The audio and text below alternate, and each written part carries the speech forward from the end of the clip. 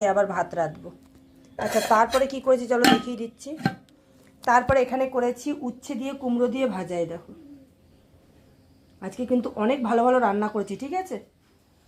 তারপরে এখানে করে নিয়েছি এই যে সেই মান কচুর ভাজা। দেখো মান কচু দিয়ে বড়া ভেজেছি, একটু শিলে থেতো করে নিয়ে যেইভাবে ভাজে ঠিক সেইভাবে ভেজেছি। কিন্তু তোমরা এটা কে কে খেয়েছো আমাকে কমেন্টে জানিও।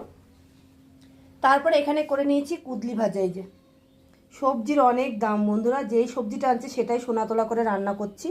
তো এখানে কুদলি ভাজা করে নিয়েছি।